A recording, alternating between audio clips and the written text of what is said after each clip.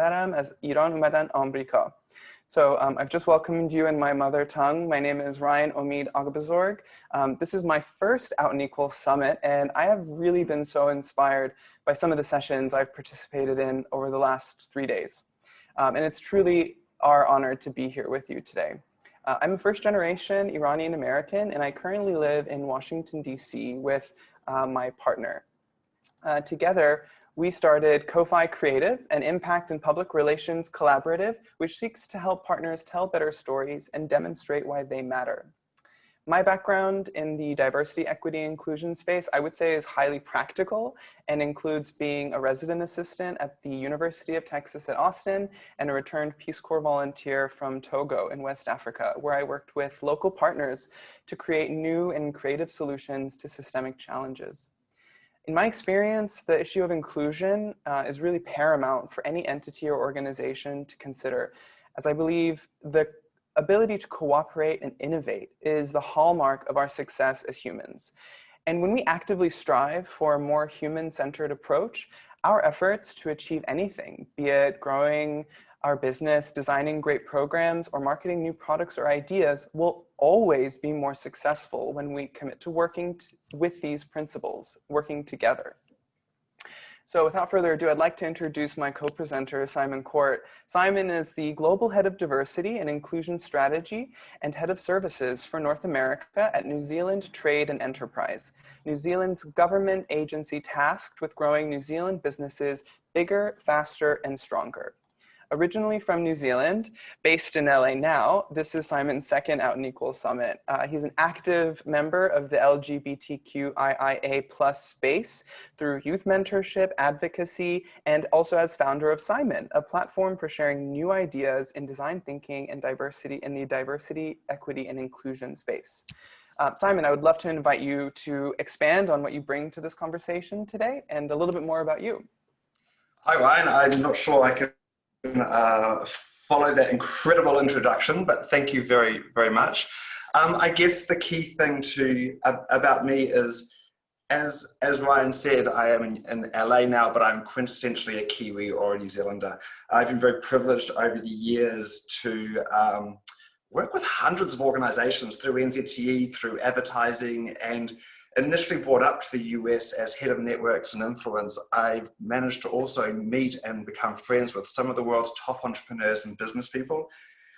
And there's one thing I've learned is that any successful business starts with people. It is always people at its core. So with my current role being in Los Angeles as well, it's, as Ryan said, it's enabled me to really accelerate that and to give me a new perspective on what this looks like.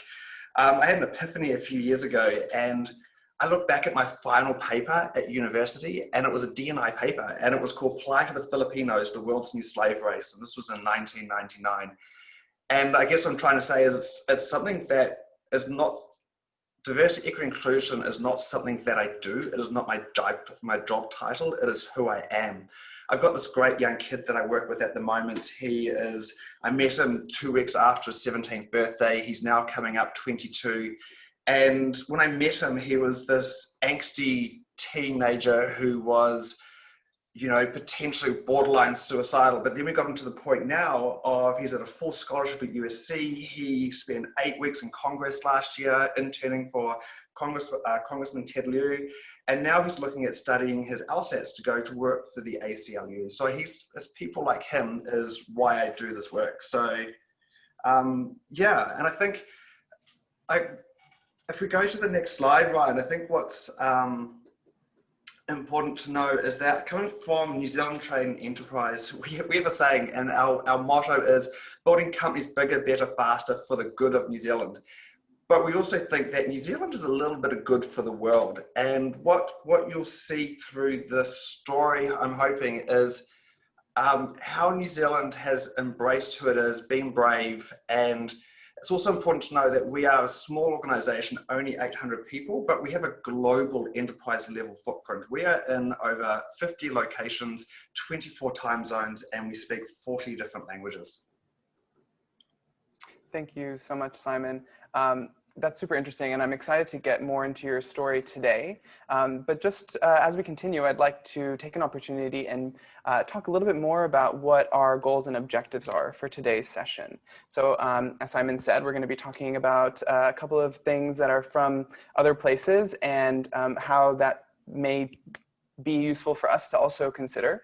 But we're excited to join you today as co-learners in this process to better understand the idea of design thinking and where it intersects with the issues of diversity, inclusion, and diversity, equity, and inclusion. So the reason we're using this term co-learners is because even experts in the design process begin by learning and questioning.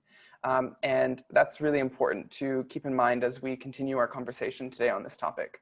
But really, we're here today to answer a central question. Despite our best intentions, why do diversity, equity, and inclusion efforts often fail? So let's break this down a little further. And in order to do that, we really must ask ourselves, how can we challenge the thinking and assumptions in the DEI space from past decades to redefine our ways of working to effectively solve problems? And how can we approach our work as a design challenge in this fast-changing digital world?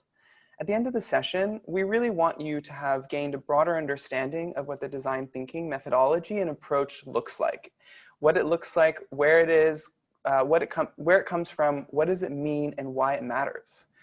We also hope that you get to experience a little bit how design thinking can be applied to these challenges in the diversity, equity, and inclusion space. Because design thinking is really just at its core, a useful way to fall in love with the problem. And lastly, we really want you to leave this session equipped with some ways of trying a new approach to the diversity, equity, and inclusion conversations and challenges within your own organization so that they don't feel so big or insurmountable. Simon, is there anything else that you'd like to add to what we're going to talk about today? No, I think it's exciting to see where we're going, and yeah, let's get into having this great conversation. All right, great. So to get us all in the right mindset today, we're going to do a little activity. And we are going to be using breakout sessions today during our conversation. And these breakout sessions will move a little quickly. So it's really incumbent on everyone to guide and contribute to the conversation in any way they can. The first activity today is really just to get our design juices flowing. And then we're going to do a second activity later on to practice applying some of the design thinking principles that we're going to talk about today and how that can be applied to our work. So in a moment, I'm going to hand it over to Simon, but just to let you know, we're going to randomly assort you into breakout rooms with 4 other people into groups of 5. And you're going to take a minute each to introduce yourselves and work through the question.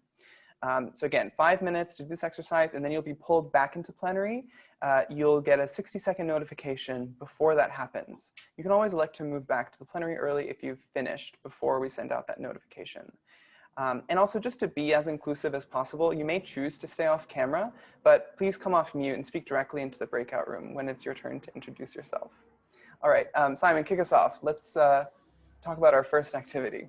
Excellent. So you can jump to, so let's play a game. And the game I want to play with you today is Sherlock Holmes, but it's the Benedict Cumberbatch version of Sherlock Holmes. So as Ryan said, we're going to break you into a room, and the challenge that I want you to do is Sherlock Holmes is going to show up at your house in 5 minutes. So you have 5 minutes to hide a golden paperclip. And you need to try and hide this golden paperclip from Sherlock Holmes for 24 hours. And if you can, you'll win $10,000. Not really, but you'll win $10,000. So break into your rooms. Of course, you've never met these people before. So spend a couple of seconds, who you are, where you're from, why you're out in Equal and why you're at this session. And then think about where you can hide that paperclip. And we'll talk about it when you come back. All right, so we're gonna send you guys into breakout rooms now. It should happen automatically.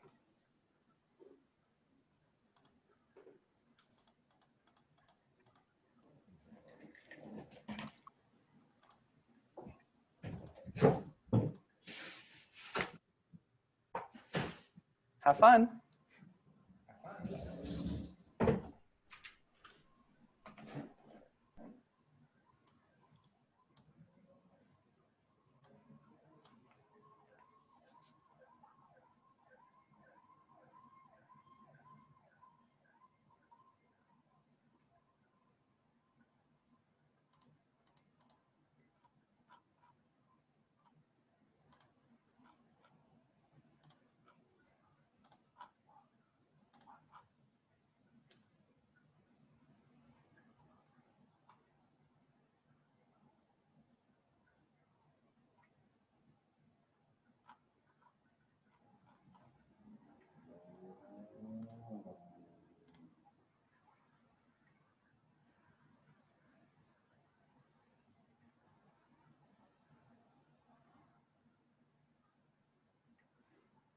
Okay, well, it looks like we have been put into a room with some of our lovely participants, Ted, Yasina, Day, Mark, and Suzanne. So please feel free to come off and introduce yourselves and answer the question. Awesome.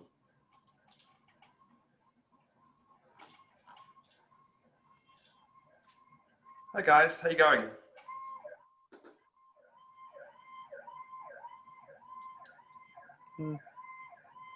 Maybe they can't hear us. That's all right. I see everybody else is in their rooms. Ted, Yasina, Day, and Mark, if you're with us here, sorry you'll be privy to our conversation, but feel free to jump in, and we would love to hear what you guys think. Where do you think this paperclip should be hidden?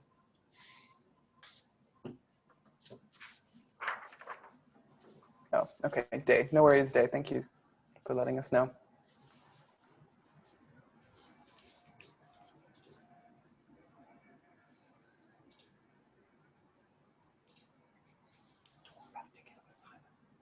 Simon, where would you hide the paperclip? So it's an interesting, and I don't want to give too much away, right? So it's I have a few secret little places in my house, but it's, as we'll go through, it's like I don't know enough about Sherlock Holmes. What about you, Ryan? Where I would hide it, I would probably hide it in like a roll of toilet paper, just like slid into the middle of the roll. Yeah. Because if he only has 24 hours to find it, what are the chances that he's going to go and look in every roll of toilet paper? But yeah, I think that's where I would hide it. But anybody else want to share where they would hide the? Hey, this is Mark from Chicago. Right. Hi. Hi, Mark. I also used to live in LA, by the way. I miss LA all the time. I was an expert hider as a child and came up with very creative places. So for something like that, I would probably tape it to the top of a ceiling fan, one of the blades of the top of a ceiling fan. Interesting. Great spot. I used to hide things behind the light switch covers all the time. I think you had an alternative life as another profession. I was a crafty little shit.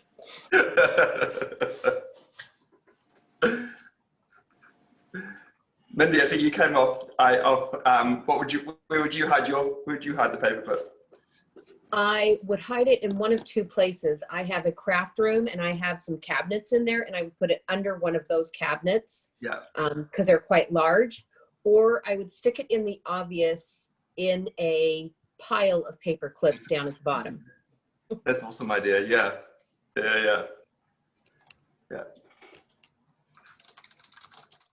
Hey, Julie.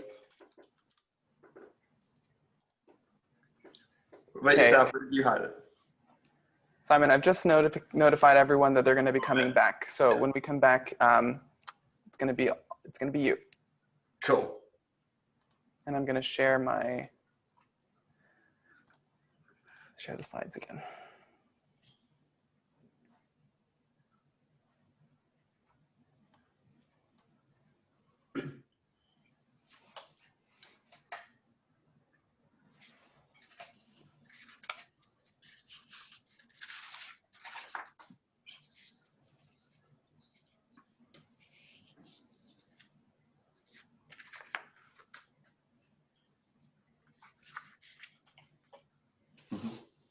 Okay, so it looks like people are starting to filter back in. Welcome back. We're just waiting a few more seconds until everybody is able to leave their breakout room and make their way back. We're really excited and grateful that you all were so open to using these new features and attending the conference in such a strange and unprecedented moment in our history. But it's also really exciting to know that these sorts of things can happen and we can still connect and share ideas and get to know each other, even though we're not able to do it face-to-face. Okay, great. I think we're all back now. Simon, go ahead. Excellent. So the whole idea of that activity was, that was a design thinking challenge, which we we wanted to see how everyone thought. So what we'd love to do is put in chat your most creative space that you hit it, but also I have a question for you. Who started with a solution and who started with a question? So the reason I challenge that is good design always starts with a question and always starts with falling in love with a problem. So the challenge that we were given was to where we hide a golden paperclip from Sherlock Holmes. And I know we were in a group ourselves and we had some incredible people coming up with some great ideas, hiding it within other paper clips, taping it behind wall sockets. But the challenge is what I would have started with questions along the lines of, who is Sherlock Holmes? How does Sherlock Holmes think? If I was Sherlock Holmes and I walked into this organization or into this house, how would I move around it? Because what happens is when we go straight to solution mode and we suddenly start to go, I would have hidden it there or over there, what that means is we've then put our own bias into it and we're solving the problem for ourselves and we're not falling in love with the problem in and of itself. And apart from that, it was a fun way to get the session going. So yeah, have a think about that as we go through. Do you Yeah, it looks like solutions or problems? Thanks, Simon. I also wanted to just honor some of the offerings that people have put in the chat box, some really good ones. Somebody said, we'll bake it into a piece of bread. Somebody wanted to know how big the paperclip is. That's a good question, actually. Speaking of questions, somebody said to put it in a jar of peach jam. Somebody else said to put it in the litter box. So I think these are all really good ideas. Destroy the paperclip via burning or something similar. Oh, somebody said added the caveat that it had to be hidden somewhere outside of your person. Yeah. Also, we have here somebody, Jonathan Balash, who says, we talked first about how Sherlock's problem solves, that he always thinks 5 layers deep into finding a solution. So we went with overly obvious solutions that he might overlook, like clipping papers together on a desk. Hey. That's really awesome, right? So that means you fell in love with the problem of where do you hide it from Sherlock Holmes, and you started with the question, how might we? We told Sherlock Holmes to stop. Yes. All right, excellent. Before we continue, sorry, just one second. So thanks so much, everybody, for participating in that activity. We hope that it was an interesting question to ponder. And we also hope that you had an opportunity to meet some new people, because of course, Out and Equal, coming to the summit, it's all about making those connections. So we really wanted to make sure that you all had the opportunity to have those conversations. So, but we also want to transition a little bit and get back to this idea of design thinking and how it intersects with diversity, equity, and inclusion. So we understand that design thinking can mean a lot of different things in different contexts, and it is a relatively new concept. So we want to start off by watching this brief explainer video from the Harvard Business Review on design thinking. So you should be able to just hear the video as it plays. Okay, I'm going to hit play now. When companies set strategy, they often stumble. Either they collect a lot of backward-looking data, which doesn't tell them what future customers really want, or they make risky bets based on instinct instead of evidence. Design thinking is a strategy-making process that avoids these mistakes by applying tools from the world of design and shifting the focus to human behavior. Popularized by David M. Kelly and Tim Brown of IDEO and Roger Martin of the Rotman School, design thinking has 3 major stages. First, invent a future. Form a few theories about what customers might want but don't have by immersing yourself in their lives. Instead of polling them about specific products or services, observe and ask questions about their behavior. Next, test your ideas out. Use iterative prototyping with good enough products or services and conduct a few quick experiments to see how consumers respond. Adjust the product, the pricing, or the positioning accordingly. Finally, bring the new product or service to life. When you've got a winner, identify the activities, capabilities, and resources your company will need to actually produce, distribute, and sell it. For example, when senior managers at Procter & Gamble wanted to turn around the skincare brand Oil of Olay, They began by observing shoppers in both mass retail channels and high-end department stores. They realized that their industry had been primarily targeting women over 50 who were worried about wrinkles, while pretty much ignoring those in their 30s and 40s who were concerned about other issues. This was a huge market to be captured. So P&G experimented with new formulations that would tackle multiple skincare goals, then tested different prototypes, price points, and store displays. Finally, the company launched a series of new premium yet broadly distributed products that were well received by a wide range of consumers. By using imaginative, human-centered problem solving, design thinking can help you unlock new markets and identify new strategies.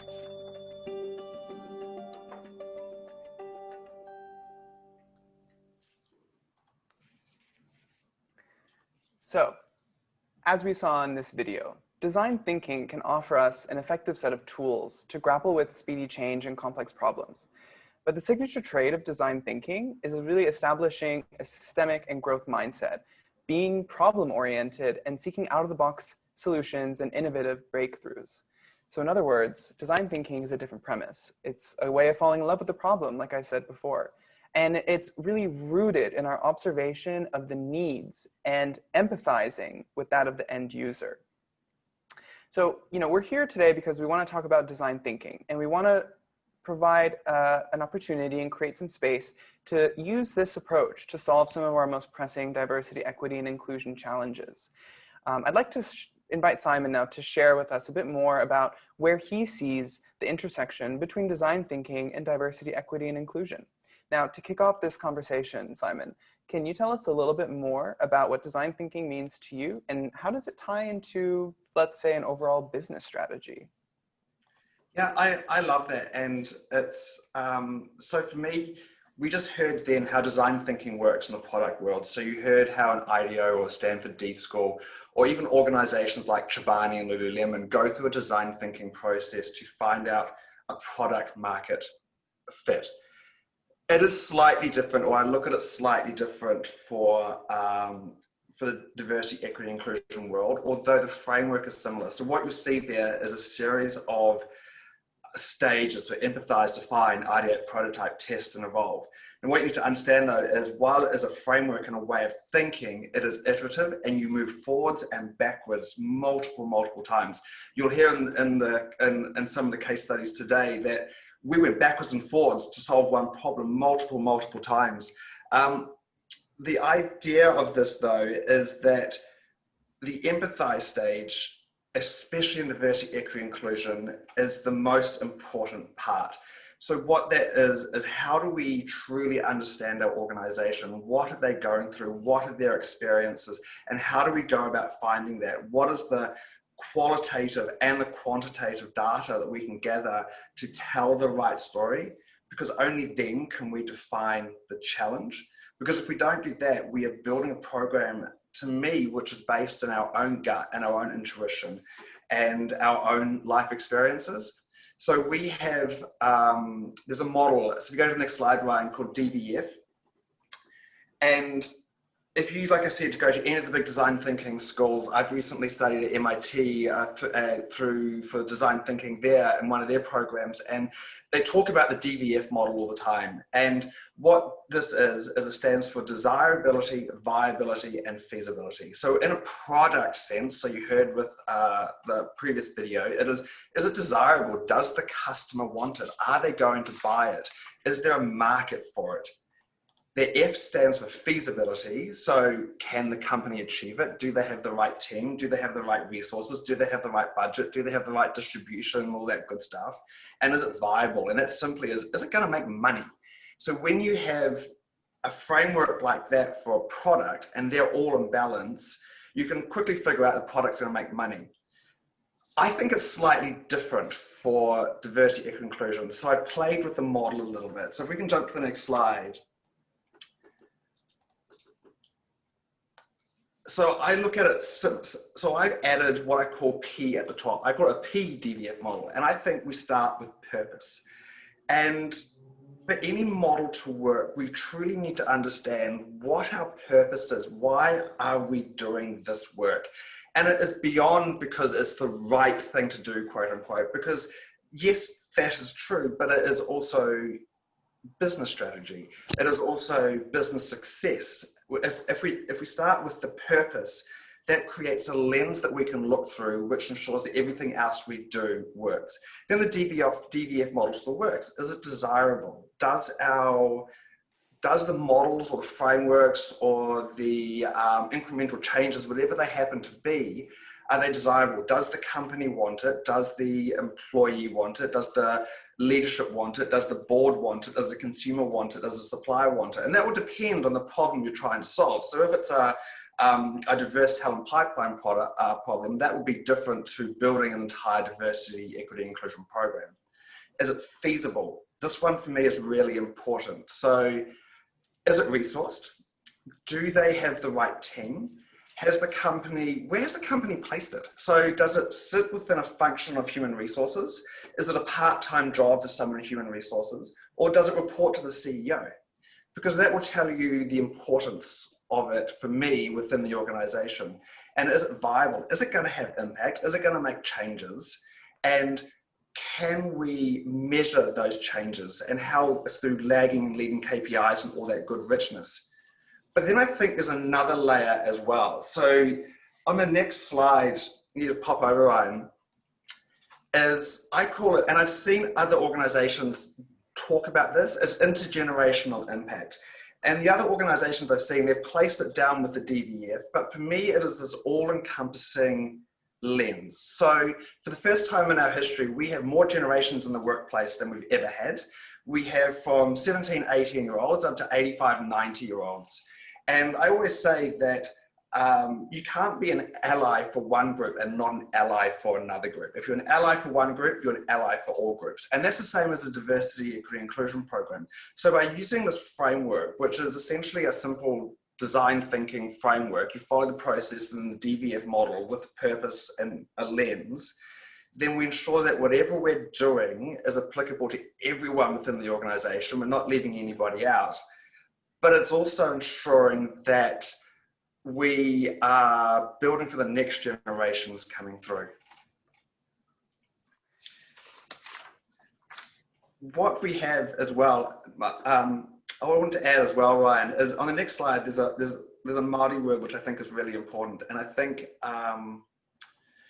to say this word, it's a Māori word, and it's kaitiakitanga. And this is a common word used in New Zealand, and it stands for care for people and place over generations. And I think this has rooted my perspective in this, because what it means is everything we do in New Zealand and everything we do with the New Zealand Trade and Enterprise is how is it going to affect the next generation? And what that means is we're taking the values and the culture of our local Māori people, and we're using that as the roots for how we build our program. You told us earlier part of your story about being Iranian and Persian. I'm sure that resonates with you a little bit as well. Yeah, I would say definitely. I think what design thinking does is it really centers your intent and your purpose. And in doing so, it's inherently inclusive. I think about whenever I'm approaching a new topic or a new challenge, I do think that it's important to figure out who's in the room, because everybody has a different background and a different experience, whether they're junior, senior, somewhere in the middle, whether they are from the same country as you or a different country, whether they're from a collectivist culture or an individualist culture. I think that these attributes, these individual pieces of our identities that we bring to this conversation are really what enrich the design thinking process. And again, this goes back to, I think, centering around that intent and purpose, because that's separate in so many ways from the individual pieces that we bring, but it's also a culmination of all of that as well. 100% right. Like I love the equation. I heard this recently. Cultural intelligence times diversity equals innovation. Mm-hmm. Definitely. Absolutely. And, what's interesting on that topic of culture is, we've been talking about this idea of design thinking in a lot of theory.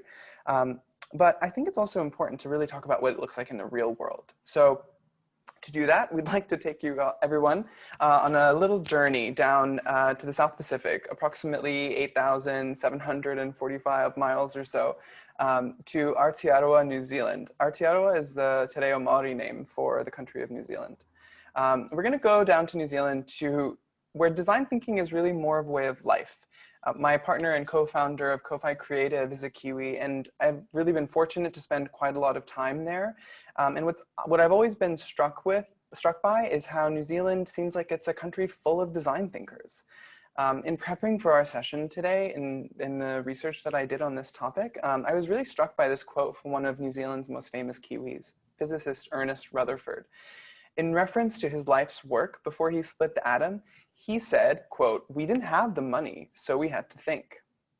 So Simon, I'd like to ask you, is New Zealand just a nation full of design thinkers? And can you elaborate on this a bit more and how it sort of relates to your work at New Zealand Trade and Enterprise? What are the connections here? Yeah, sure. We'll turn the slides off and we can have a good chat. It's great to see you there, and everyone else on the screen as well. I guess that is so true. We're this little tiny island in the bottom of the South Pacific who are whipped by winds and seas, and we are really, really remote. So if you go back to the very first waka, the Māori canoes that hit New Zealand, and then everything onwards, especially pre-jet age, everything was a minimum 6 months away. So we had to be innovative. We had to naturally try and figure things out. We have a saying in New Zealand called number 8 wire it. And if you number 8 wire it, what that means is that's the gauge of the wire that goes around our farm. So we could fix anything on the farm with number 8 wire. And what that's meant is it's carried on through to our culture. And that was through necessity and isolation. What's quite cool is that if you go around our offices within NZTE in different parts of the world, you will see these great big giant glass rooms that are just full of post-it notes and Sharpies, and you'll see people gathered around them. Everyone I know at work always has a packet of post-it notes on them and a Sharpie as well, so they can just randomly stop. So we naturally try and be innovative because of our distance. It's built into our culture now, and we see ourselves as a team of 5 million people. That's so interesting, Simon. I think we're hearing around the world a lot more about New Zealand these days, especially in the media, around their response to COVID, and of course your enigmatic leader, Jacinda Ardern. And it does sound almost too good to be true, like a utopia. So can you tell us a little bit more about where New Zealand's at in this space in diversity, equity, and inclusion? That's so true, right? So you hear that New Zealand is this utopia and it's seen from overseas as this amazing place all the time.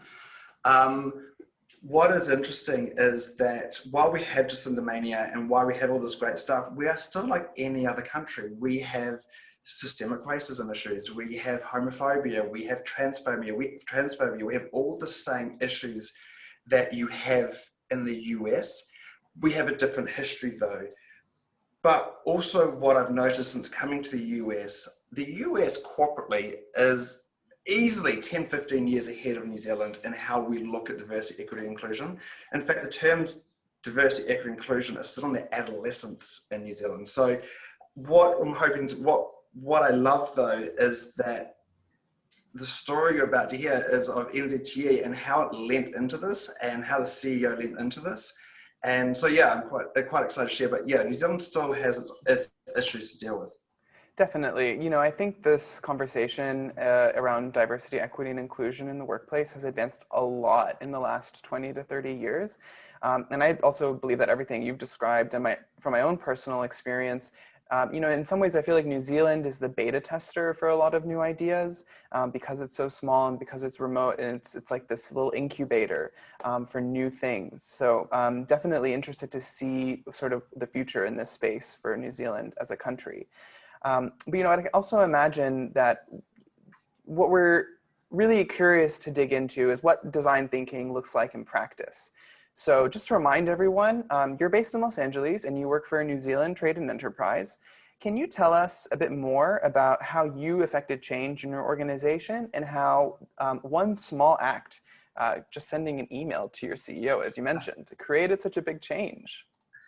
Yeah, for sure. It's amazing, like a little domino sometimes you flick. And it was in the bio of, or the topic extract of this session. And I literally sent an email to my CEO, which said, "Hey Pete, I've just read your diversity, equity and inclusion functional plan, and I find a serious lack of diversity or inclusion. However, prior to that, it's important to know that there's a lot of work and background that went into that to get to that stage. To send an email to the CEO. CEOs are a certain breed of people, right? And they need to, they don't like problems being brought to them without a solution. So yes, they sent that email, but there's a lot of work and a design thinking framework and methodology that went into that prior. And I also wanted to make sure that while I was conscious of placing him into a situation of what I call being consciously uncomfortable, I wanted to make sure that he felt safe as well. So what I did was, before I sent that email, I did a couple of things. I learned how he worked. I asked people around how he works, what he likes, all this kind of stuff, so I could try and come up with the best way to get his attention. But then I also went out and to make sure that I had all my data. So before I built any presentations for him, I went out and spoke, and in my secondary research, I spoke to companies, I spoke to places like Amazon Web Services, diversity people, and New Relic and Apple, and anyone I could get my hands on to find as much information as possible, as well as desktop. And I also reached out to people like Jennifer Brown. I'm sure everyone in this group knows Jennifer Brown, has been to one of his sessions at least once. I think Ryan, Yeah, I attended her session earlier in the week. It was really good. She's amazing, right? So, but what that meant was, once I sent that email, I quickly followed up with a set of questions, and I said, "Hey Pete, these are going to make you uncomfortable. I don't expect you to be able to answer them, but you should be able to answer them." And there are questions like, we are New Zealand and we have a certain reputation, but we work in countries as disparate and diverse as Saudi Arabia. At that point, we had offices in Tehran, we are in South America, we're in Asia, we're everywhere.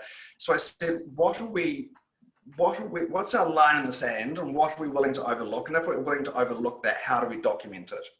And then I also asked questions I knew as a typical Kiwi, heterosexual white bloke, in his words, he would potentially struggle to answer. So I asked him, if someone came out as trans, what's our policy? How do we help them with that? How do we encourage them with that?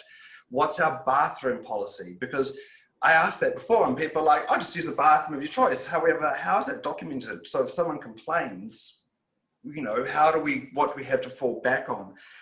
But what was good was gathering all that data and all that research first. So what that meant was I could learn about him, and I gathered data, and then to define the challenge, I learned about the organization by doing interviews and desktop research, so I could define the challenge and present the challenge to him. Well, I mean, it sounds like you had a leader that really values his people, as he seems so open to this conversation, especially out of the blue. I can't imagine that all leaders would be as receptive. Yeah, we're very fortunate, right? So he's happy to have his blind spots pointed out. I remember I worked with him a couple of years ago, and we built what we call our corporate characters. And essentially what these are 5 traits that we believe exist in NZTE, and they've become the narrative and the local language. So it's ambition drives us, adventure teaches us, trust binds us, honesty frees us, and manaki is us. And manaki, for everyone on the course, just another Māori word, but what it means is, how do I build the stature up of someone else, not myself? So it's in service of. So I went into this with an honesty frees us mindset.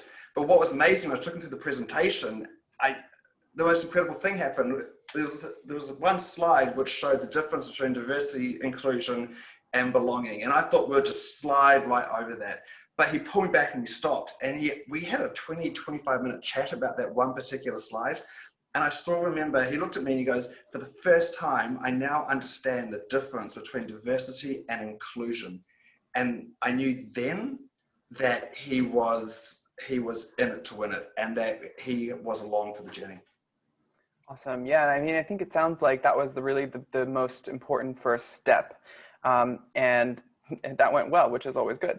So what happened next? You had this realization about your organization, and then you were able to use design thinking. How did you incorporate more perspectives to ask the right questions?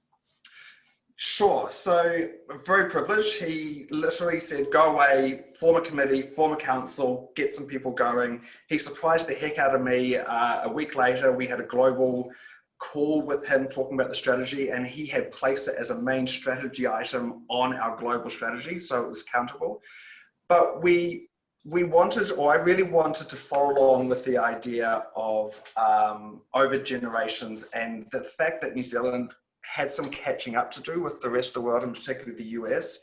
And I wanted to keep stuff in New Zealand. So we started to think about how do we iterate that and what can it look like? How can we ensure that the skills are based in New Zealand? So again, that became a design thinking challenge.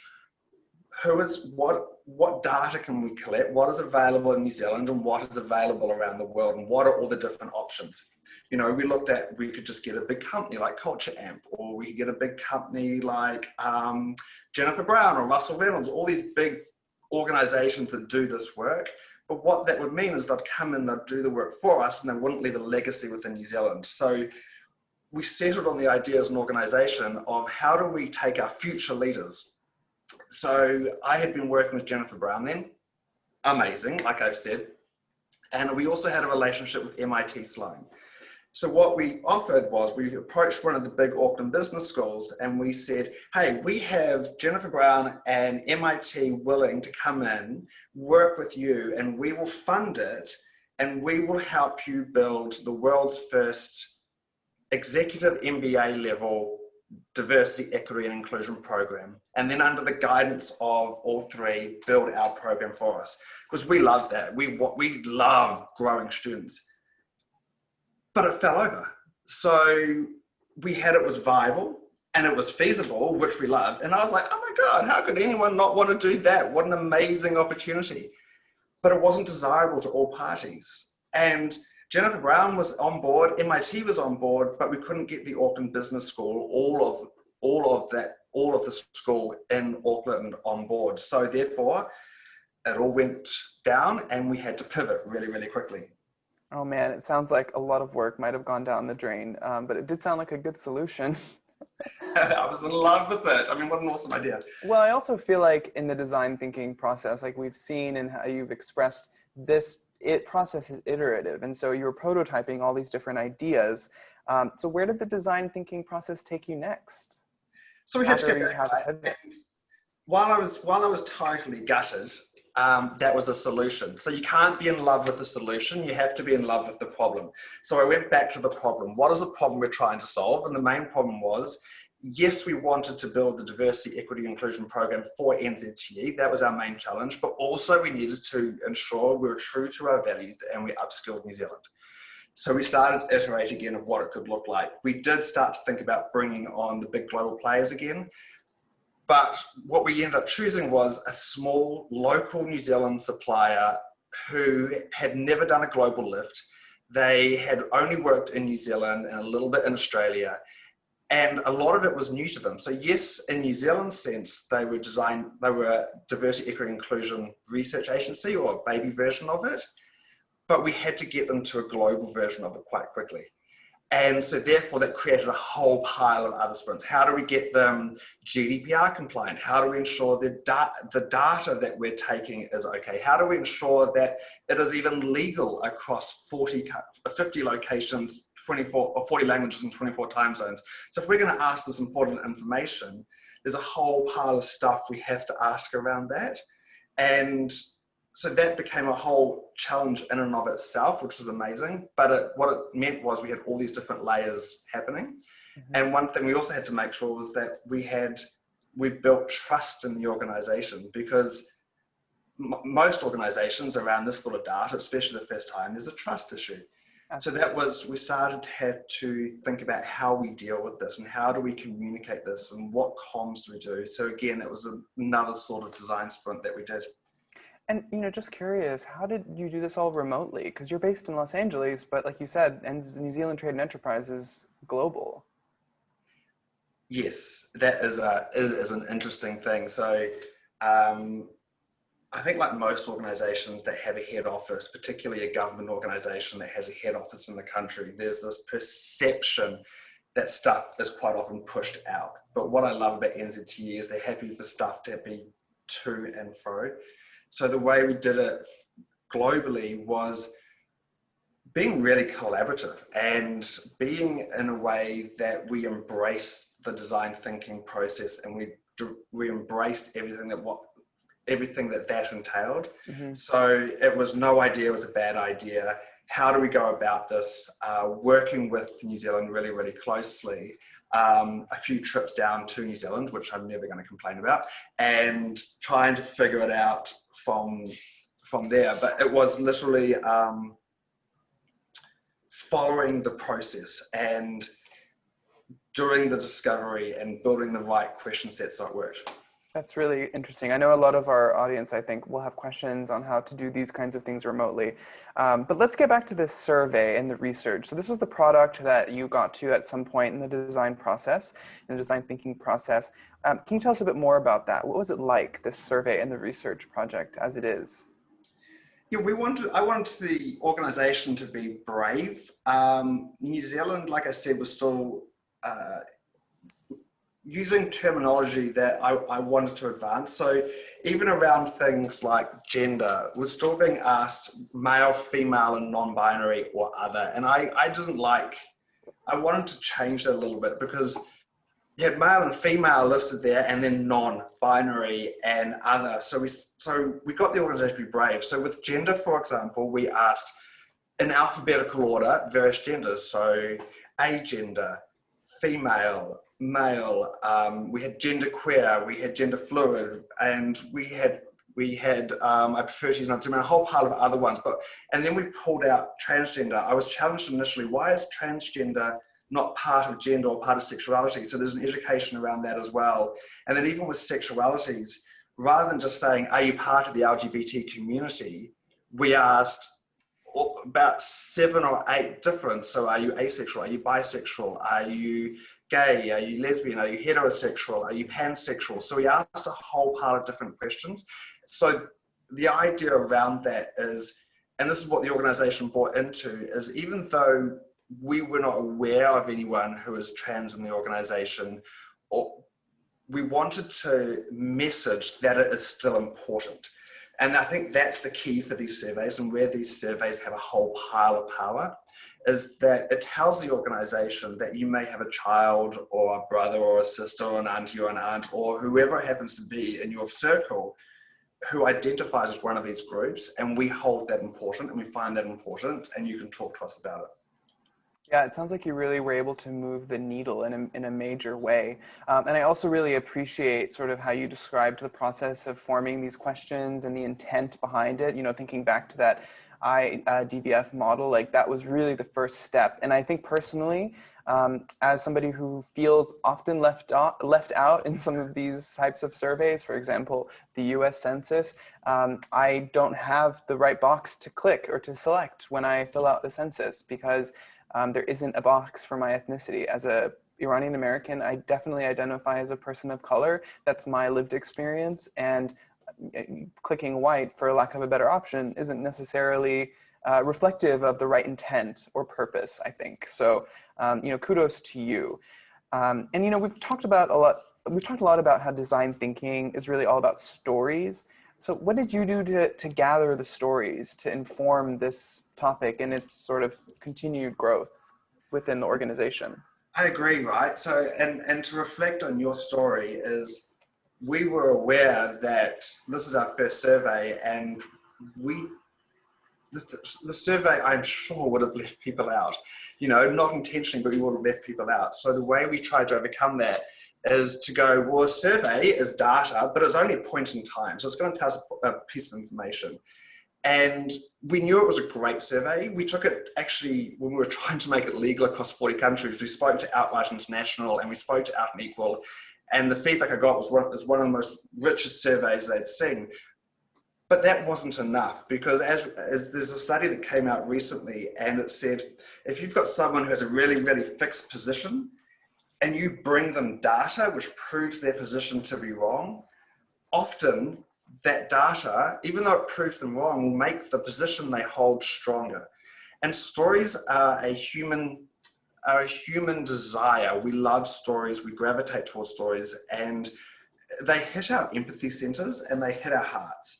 So we at the end of the survey, we asked anyone who wants to take part in a one-on-one survey or a focus group. We were not expecting the response we got. We had 25% of the organization offer. We did 55 hours of interviews.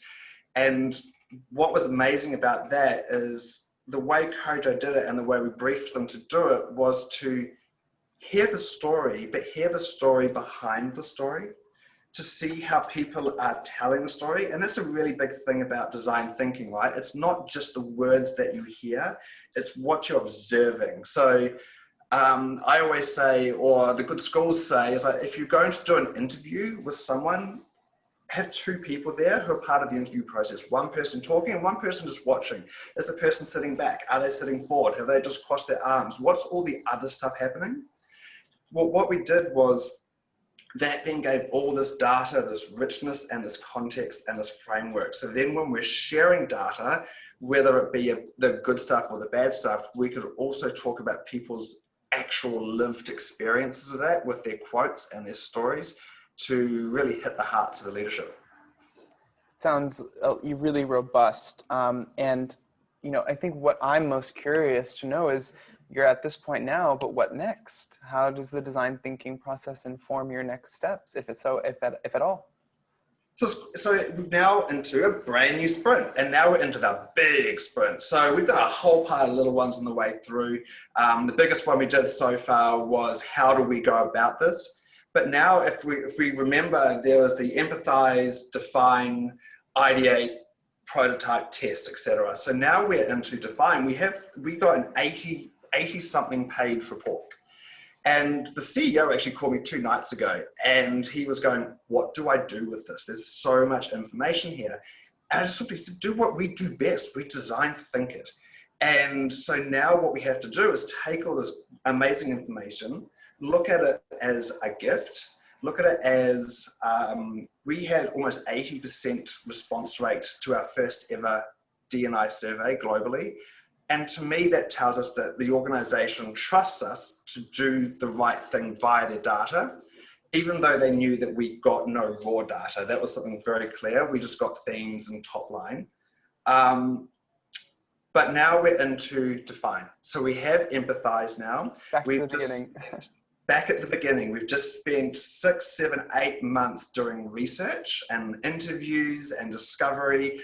That's been built up by comms and all this amazing stuff that held that up. And now we're right back at the beginning, define our challenge. And once we've defined the challenge, we then know what are our pillars of work. So we had our pillars prior, what are our new pillars? What's our low-hanging fruit? What are our big challenges? And also one of the big conversations I had with the boss is, I was like, Pete, remember, this is a process, not a project. It's all about incremental changes. And that's what we have to define now. And then we'll start ideating and testing. Awesome. Well, Simon, thank you very much for sharing your story. I really do think that there is a lot to be learned from the experience, and the way in which you approached this challenge from woe to go, and then again back to woe, given that the design thinking process really does lead you through this iterative cycle.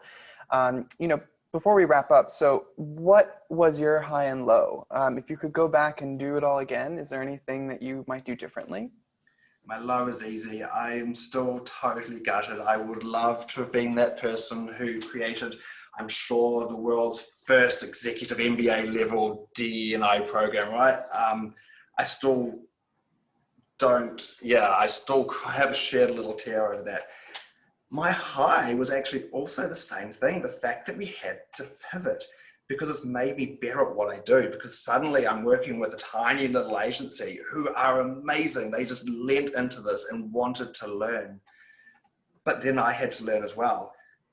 who knew? I now know GDPR laws and privacy laws in Europe and how to apply those.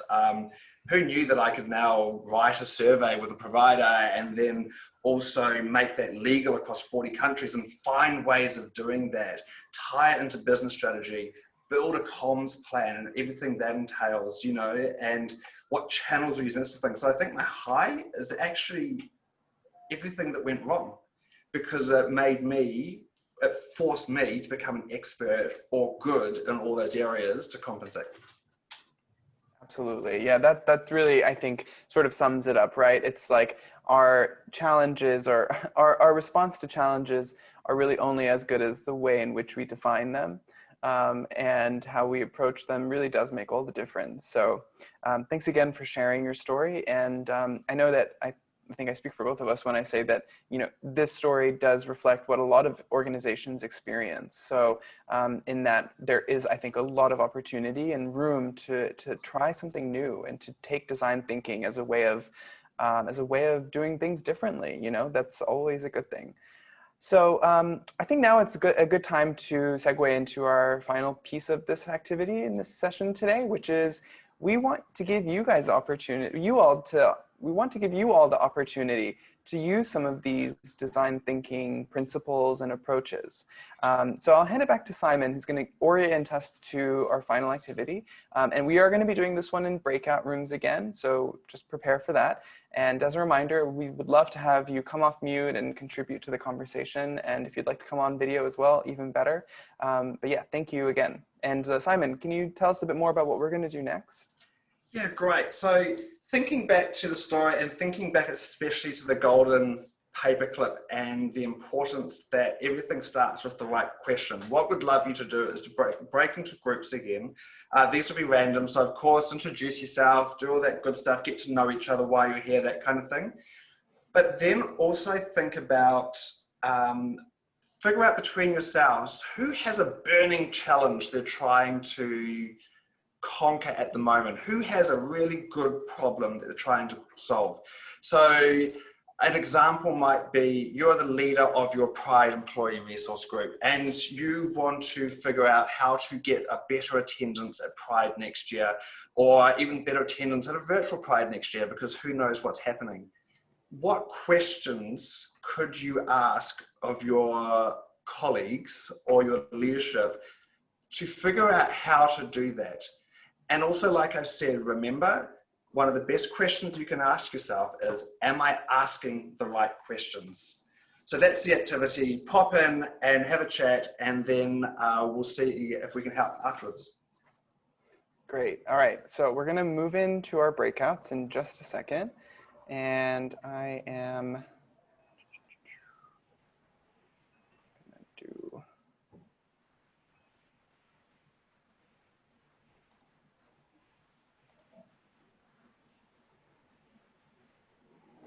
Okay.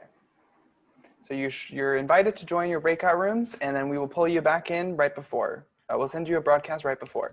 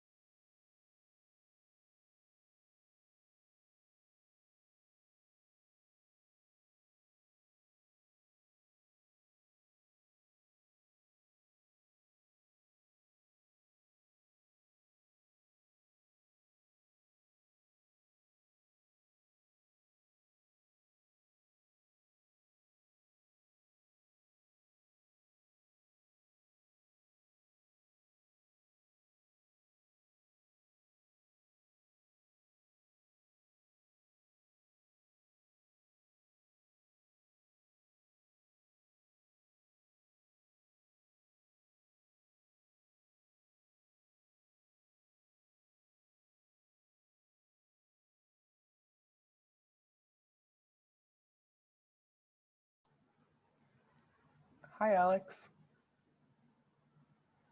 If you've just joined us, we are in breakout rooms at the moment, so just hang tight. Everybody will be back. Oh, okay.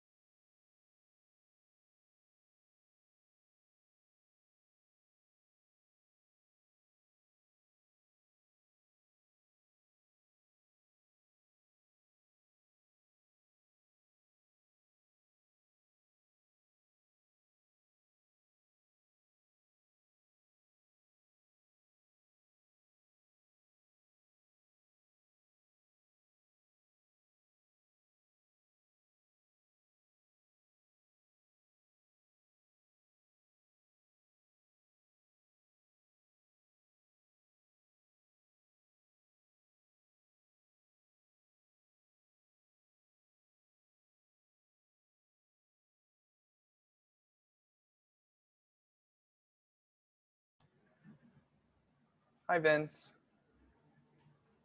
Are you coming back from a breakout room or are you just joining us? Hey, Ryan, sorry, I got disconnected, so I had to restart. Oh, that's okay. Shoot, what room were you in? Maybe I can put you back in real quick. Number 3.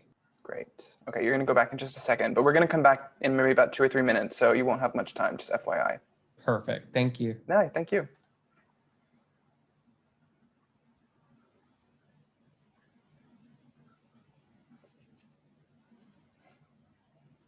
He got disconnected. Hi, Alex.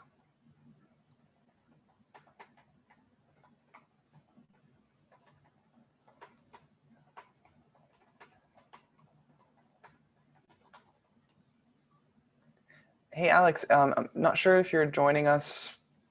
Hey, Alex, not sure if you can hear me. Oh, okay.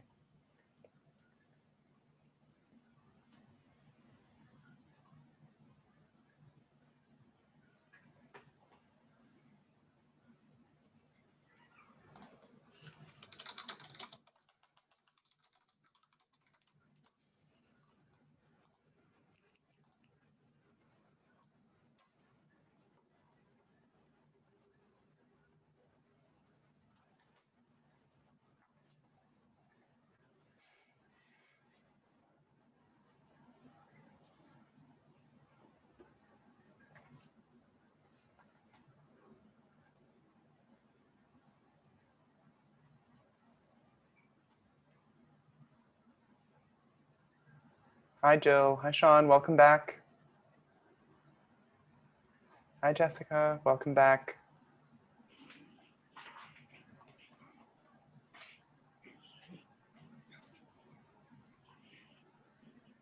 Okay, looks like everybody's going to be pulled back in just a moment. Hi, Amy. Welcome back. Hello.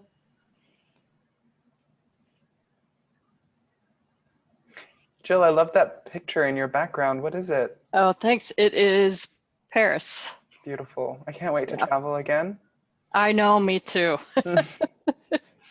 All right, welcome back, everyone. Thank you. I hope that that was an interesting discussion and that you got to meet some new out and equal participants. I'm just making sure that everybody's able to come back in here and that we have us all back in plenary. Simon, are you there? I am here. Hello. Welcome back. Thank you. That was fun. Yeah, I'm curious to hear more about what your conversations were. Well, for me, we had a great conversation about ERG participation and around how to encourage the allies within our ERG to show up at our events and things like that. It was fascinating. So thank you, Chad, who I was talking to, and Justin, who I was talking to. It was a really interesting session on how it was, what I loved as well as hearing the different challenges that organizations that these guys were going through. Awesome. Yeah, I would invite anybody else that had a unique challenge to come off mute and share. I think we would all be really interested to hear what your conversation was.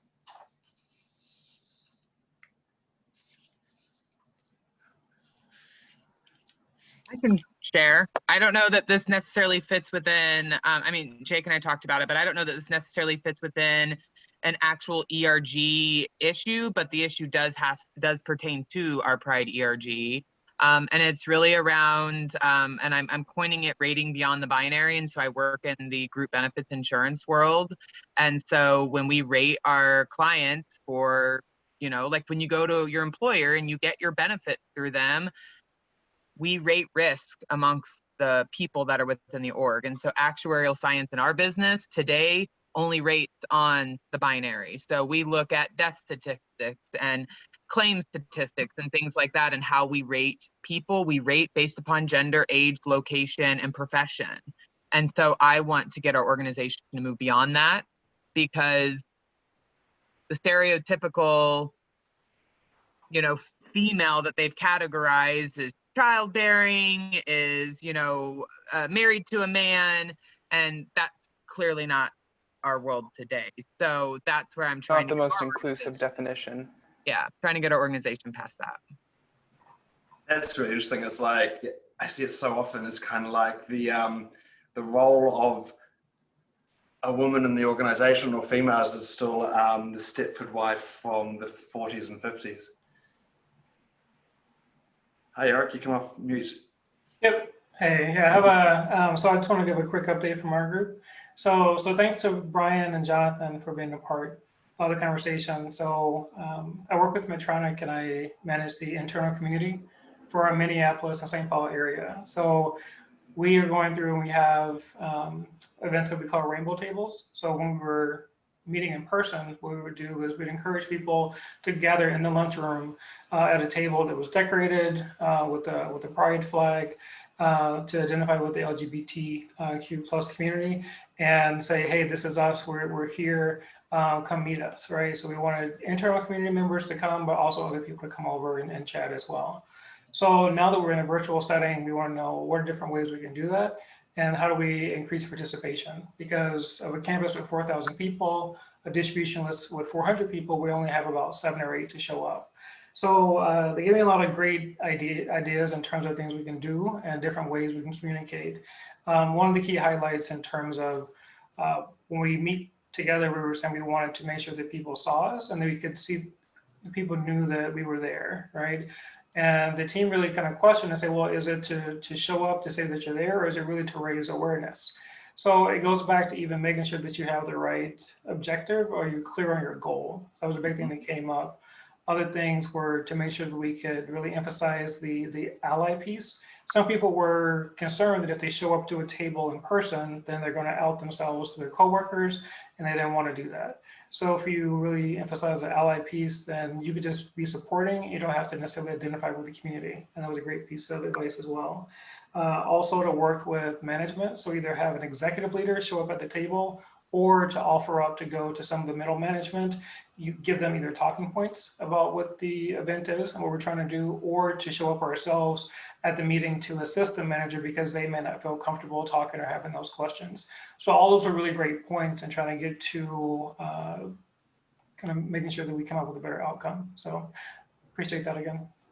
I love that. That was awesome. Thank you for sharing. And it's goes back to, like you said, your goal, your purpose. What is your purpose? And then the messaging, when a leader shows up at the table, especially a senior leader, it just says so much to the organization of how important your group is.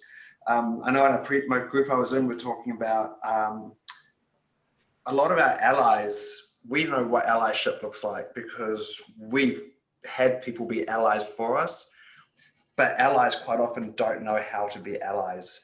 And so it's one of the questions is like, how do we share stories of what good allyship looks like? Because it guides the people who are allies. Yeah, that's a great point.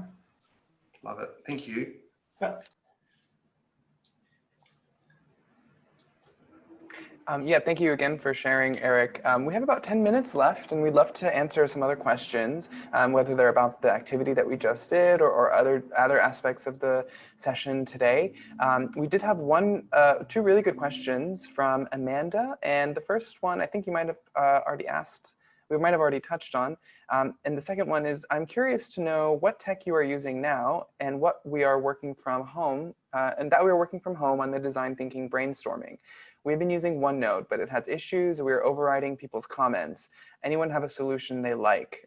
If you've ever heard of the platform Miro, Miro is great for this because you can basically come up with like as many sticky notes as you want, and you can organize them in 100 different ways. And there's a lot of built-in templates for a lot of the design thinking approaches that really get you to that point where you can ideate and prototype solutions. And we use it at Ko-Fi Creative to plan out all of our activities.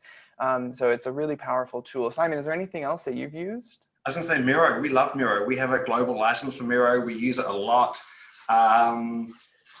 All of as you say, is like we're at home, right? It's really, really hard. And one thing I want to say as well is like, as D&I leaders, this is probably a little bit of a segue, but it's important is that being at home, our world has changed. It used to be so much easier when you could forget about people when they left the office, you know, because it's kind of like you just deal with it here and now in the office walls.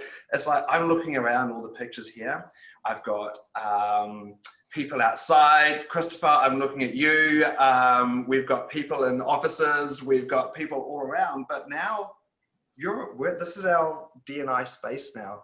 So this is the challenge I'm trying to deal with now as another design thinking sprint, is how do we take our diversity, equity, inclusion programs, our ERGs, our BRGs, everything that we're doing into our homes and our kitchens and our bedrooms or our balconies or our outdoors, wherever it happens to be. And then especially with the community that we have here, quite often our homes are not safe spaces. So then how do we deal with that? And how do we ensure that as an organization, we're dealing with that? So the reason I raise that is Miro is a great tool for us to do design thinking sprints, but also what other tools and technology do we have that we can share and ensure that we are making sure everyone's safe and making sure that everyone's feeling included, because it's very easy for people to feel lonely in today's world, especially since we are not communicating, we're closed down. I've just come back from New Zealand, totally surreal. They're open, there's no masks, all the offices are open. I could go to the bar and stand up 2 centimeters away from someone because they're all open. Unfortunately, the rest of the world is not like that. Not currently, but we are optimistic and hopeful that it will be that way again one day. Thanks so much, Simon. That was a really interesting share. We also wanted to leave you with one concrete resource on design thinking, and I've just dropped it into the chat box. It's a link to the Stanford University's Design School virtual training on design thinking, and it is a really useful way of introducing the idea to your organization, your ERG, really any group that you want to work with that you think a design thinking approach might benefit the work that you do. This is and it's all set up to be delivered virtually. And it's really useful. And we also, we use it, we've gone through it, and it's only 3 hours long, and it's a really useful tool. Yeah. Simon, a quick add, anyone who wants to actually have a conversation after this over the next few weeks, just reach out. I'm more than happy to jump onto a Zoom and have a play and see where we end up, and just have a good conversation. Yeah, please do connect with us. As Simon said, we're really here to help you. We love talking about this. We really appreciate that you chose our session, and we hope that you got something out of it. And yeah, thank you again. Awesome. Simon, is there any other last words that you'd like to leave us with today? No, I think I love this, and I love that people are really, really interested in this. I think that now especially we need to look at diversity, equity, and inclusion in new ways and new models, because some of the old ways that we've done things are no longer relevant, and we need to be up to date. Some of the old ways, I kind of like going to the DMV, right? And we have new ways. So hopefully today, you can walk away with just an idea that there are different frameworks and models out there. Reach out and we'll talk about them, and we can hopefully guide you through. And then there's just one last thing, if you can bring it up. There's a lovely Māori proverb I'd love to share with you. So this is a Māori proverb that I love, and it is written in big, big letters right across our office walls. And I will attempt to say it. My te reo Māori is not the greatest, but it's he haha te nui nui o te ao. He tangata, he tangata, he tangata. And what that means is, what is the most important thing in the world? It is people, it is people, it is people. And I guess that is the thought I want to leave you with today. Thank you so much, Simon. And thank you everybody again for your participation, your creativity, your energy. Remember, please do connect with us both on LinkedIn. My name is Ryan Omid Ogbazorg, and Simon James Court is our co-presenter. And again, we really just appreciate it. And thank you so much. You're all amazing. Thank you so much. Looking forward to talking. Hope you enjoy the rest of the summit. Bye. Thank you. Bye.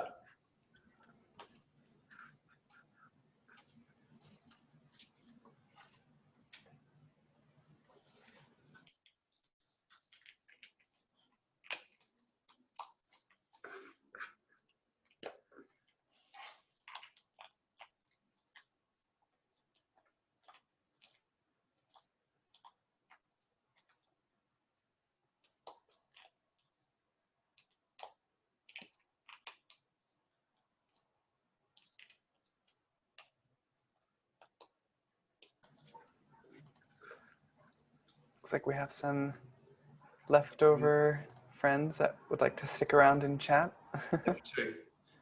You're welcome to. Yeah. Good job. Yeah, I think they went well. Why don't I give you a call back? Okay, sounds good. Bye. Bye.